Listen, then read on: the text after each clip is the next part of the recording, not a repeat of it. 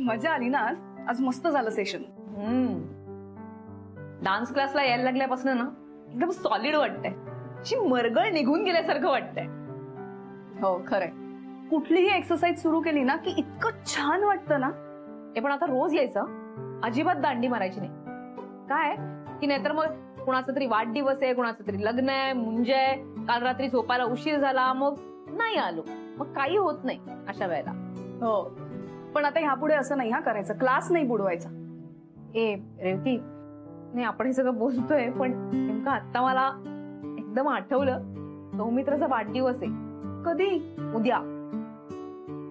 Wow, म्हणजे काय plan काय आहे त्याचा? याचा काय प्लॅन आहे मला माहिती नाही, पण मला असं वाटतं की मी त्याला एखादा छानसं गिफ्ट द्यावं. काहीतरी स्पेशल दे. हा काय देऊ? म्हणजे काहीतरी वेगळं ग. स्पेशल काय? मुलांना काय द्यायचं मला नाही सुचत बाई. काय देऊ सांग ना. म्हणजे एखादा छानसा शर्ट देऊ का? हे नाही. Watch please. काय देणार मग? परफ्यूम वगैरे एखादा. राधिका, काहीतरी स्पेशल म्हणजे काहीतरी वेगळं द्यायला हवं जे त्याच्या लक्षात राहील. एक काम कर ना, त्यालाच विचार ना त्याला काय हवंय ते. असं कसं? त्यालाच कसं विचारणार की तुला काय हवंय असं विचारायचं फोनवर? मग काय हरकत आहे? मी काहीतरी उगाच काहीतरी देण्यापेक्षा त्याला ज्याची गरज आहे ते देता येईल ना त्याला. पॉइंट आहे. मग विचारू आता? आत्ताच फोन कर त्याला. थांब लगेच करते फोन.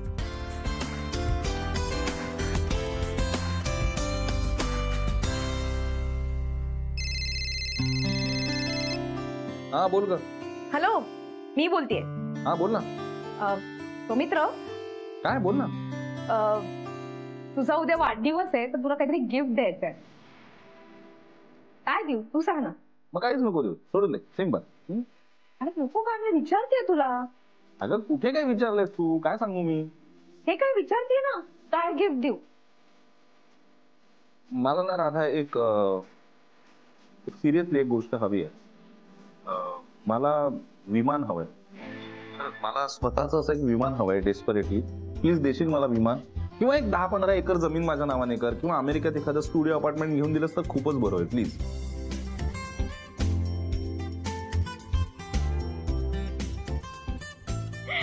ते देईन मी तुला नंतर, पण आता काय देऊ ते सांग ना.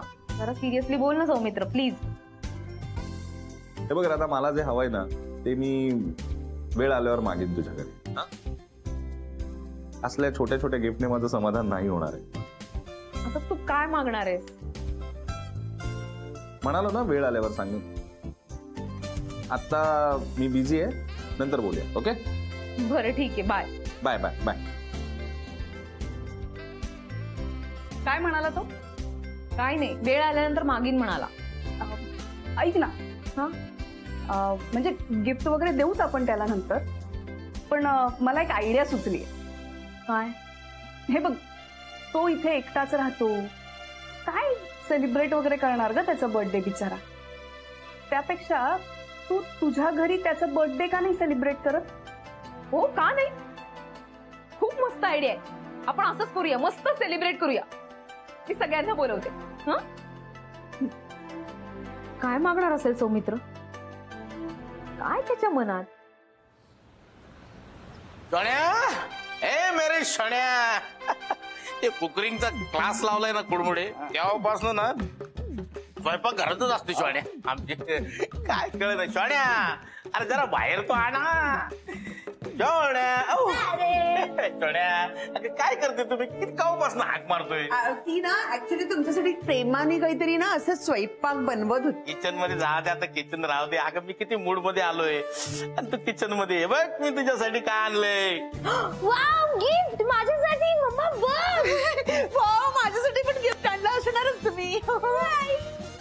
मोमो, अहो आमच्या गावाकडं मुलीचं लग्न झालं की तिच्या सासरला मुलीचे आई वडील पाणी पण पित नाही, आणि तुम्ही इथं नुसतं बसून मुक्काम.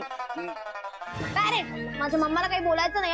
त्यांना पण मी गिफ्ट देणार आहे हे सांगतोय पुढच्या टायमाला. मम्मा तुझ्यासाठी नेक्स्ट टाइम आणेल ना. सॉरी, माझ्यासाठी काय आणलंय? अगं बघ ना हे काय आणलंय बघ, हे बघ सांगतो एक नंबर जरी भरलेली भरजरी शालू आणलेला आहे. मम्मा व्हॉट इज भरतरी भरजरी नाही भरजरी. यू नो शालू is you know colourful sari रंगीबेरंगी अँड त्याच्यावर लॉट्स ऑफ जरी काम अँड यू नो अशा खूप बायका नेसतात आणि ते मिरवतात लग्नात वगैरे झगामगा. आणि माझ्याकडे बघा नशीबवान, खूप नशीबवान असतात हा त्या बायका ज्यांच्याकडे शालू असतो. हा आणि आमची सोन्या तर काय डबल नशीबवान, कारण तिच्याकडं सगळ्या महागातला शालू आहे. Thank you so much parrot. Thanks. नाही नुसते थँक्यूने काम नाही चालणार. सोन्या हा शालू मला नेसून दाखव. काय झालं हसायला? अहो जिला शालू शब्दाचा अर्थ कळत नाही ती शालू काय नेसणार. बसा, तुम्ही अति बोलताय हा कुडमुडे, अति बोलताय तुम्ही. नाही अति होतंय बरोबर आहे, पण मी जे बोलतो ते खरं बोलतो. नाही मी कुडमुड्या ज्योतिषी आहे, पण माझं भविष्य खरं ठरतं. हे सारखा अपमान करतात आमचा, सारखा इन्सल्ट करतात आमचा. हा अपमान. कुडमुडे गप्प बसा. गप्प नाही बसणार. नाही मला सांगा सरकार, अहो या दोघी शालू कशा काय नेसणार. कसं काय म्हणजे का? जरा तिचे कपडे बघा बघा. ए व्हॉट्स रॉंग विथ माय कपडे? ह्या दोघी मायले की असली पटकुरं नेसतात आणि गावभर फिरतात. Oh my God! हा खूप सिरियस अपमान आहे आमचा, खूप सिरियस इन्सल्ट आहे आमचा. ऐकून नाही घेणार आम्ही हे. हा पॅरेट. नाही हे कुडमुडे अरे गप्प बस ना बाबा. मोमो तुम्ही सोन्याला शालू नेसवा. मी मला नाही नेसता येतो शालू अँड ऑल. पाहिलं, अहो जिथं आडात नाही तिथं पोहऱ्यात कुठून येणार शालू नेसण्याची कला. सोन्या तुला साडी नेसता येत? मला साडी नेसता येते बट मी विसरले ना, आता आठवत नाहीये. विसरली? असं कशी विसरली तू सोन्या? अगं आमच्या गावाकडे साडीच नेसतात सगळ्या बायका, आणि तू तर गावातले म्हणजे साखर गावची सावकार आहे. तुला तर शोभेल अशाच पेहरावात तुला तिथं राहायला पाहिजे, आहे का नाही? अरे अरे अरे सरकार, कसं काय होणार तुमचं लग्न? अहो बिना शालूची ही अशी नवरी घेऊन तुम्ही गावाकडे जाणार? कुडमुळे तुम्ही गप्पा बसा. युद्ध खेळायच्या आधीच तुम्ही हार मानताय असं. सोड्या तुला तर शालू नेसावंच लागल, साडी नेसायलाच लागल. ते आता मोमो आता कसं करता येईल? काहीतरी करायचं म्हणजे ठीक आहे, आपण शालू नेसायचा क्लास लावूया. क्लास? शालू नेसण्याचा क्लास असतो? मी वाचलंय, मी पेपर मध्ये वाचलंय कालच्या मी बघते. मी हे आहे ना आपल्याकडे. नाही या पेपर मध्ये नाही, हा कालच्या पेपर मध्ये. हे बघा मी बघते. मी बघते. नाही या ह्याच्यात नसणार, हे बहुतेक ह्याच्यात असणार. असं ते नाटी कुठे कुठे कुठे कुठे काय करते? मी वाचलं होतं, असतात असे शालू नेसवायचे क्लासेस असतात. जाऊ दे, क्लास लावायला लागेल का? किती पैसे लागतील? जास्त नाही लागणार, 80,000 बस. 80,000? ओके ओके ओके, नका देऊ एवढे, 1 लाख द्या. आता म्हणजे शालू नेसायचा आहे ना, आणि ते पण शनू बेबीला. आता तिला शिकवणार म्हणजे बघा, आता त्या शालूवर तर काय रिहर्सल करणार नाही ना ती. ते शालू नेसायचं म्हणजे 4-5 साड्या घ्याव्या लागणार, मग त्याच्यावर मॅचिंग ब्लाउज, मेकअप. हा मेकअप, हे सगळं येणार. तर 1 लाख पण कमी पडणार, पण आम्ही पुरवून घेऊ. सोन्या तुला असंच शिकायचंय ना शालू नेसायला क्लास मध्ये? Yes of course. संपला विषय संपला. पाहिजे तेवढे पैसे देतो मी, पण तू शिकून घे. सोन्या तुला साडी तर तुला नेसायलाच लागेल, कारण अगं सावकारीने म्हटल्यानंतर आणि तुला शोभत ते. म्हणजे सोन्या जागीरदार साखर गावची सावकारीने किती वाटेल ते पैसे लागू दे, मी पैसे देतो. आता देतो पैसे देतो.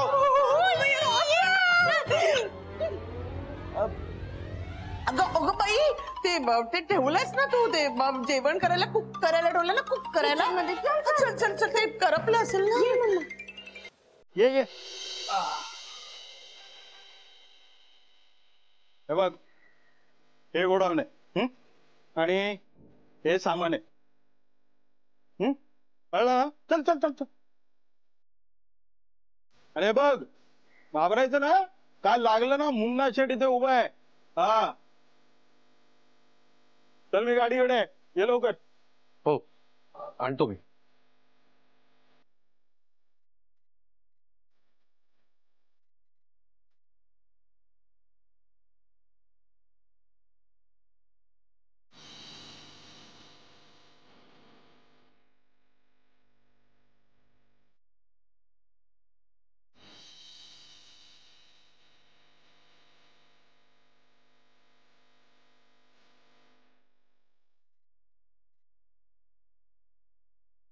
एकीकडे पैशांचा खेळ करायचो मी मोठ्या ऑर्डर्स घ्यायचो पण आज ओझी उचलावी लागतायत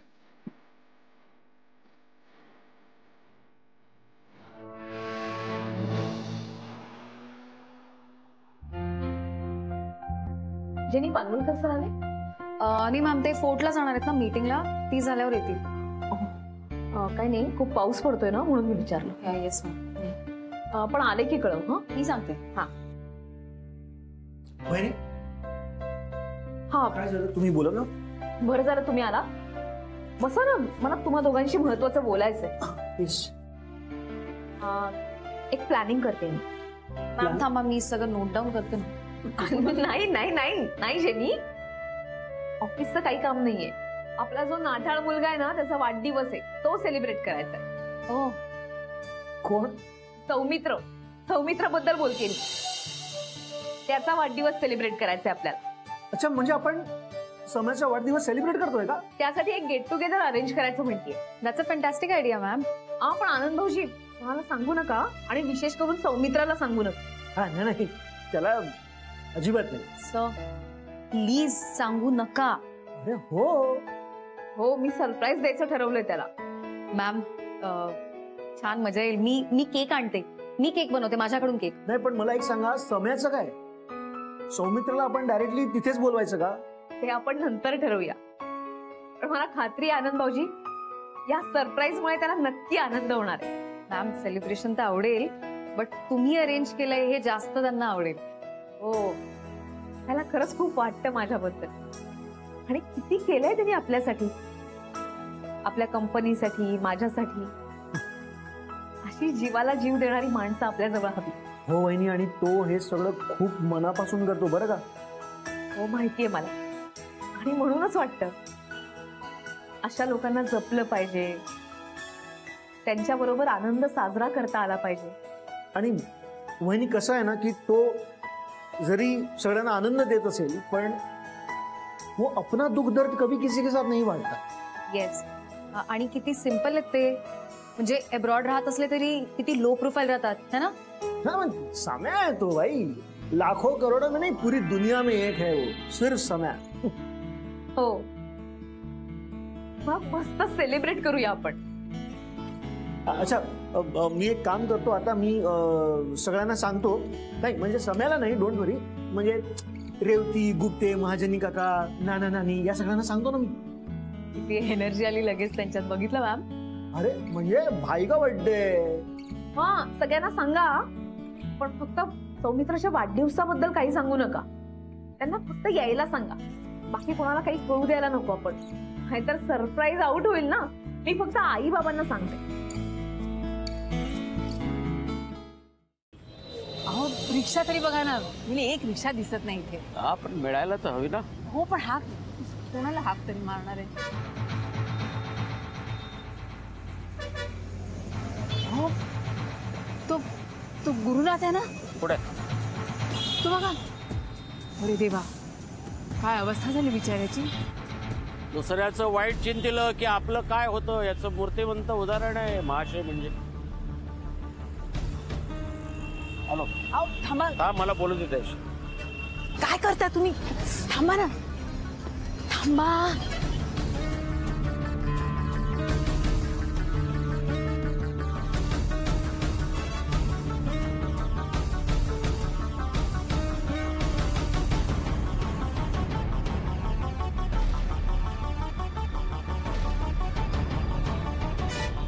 काय गुरुनाथ, कसा आहेस? नाही, मी उपहासाने विचारत नाहीये.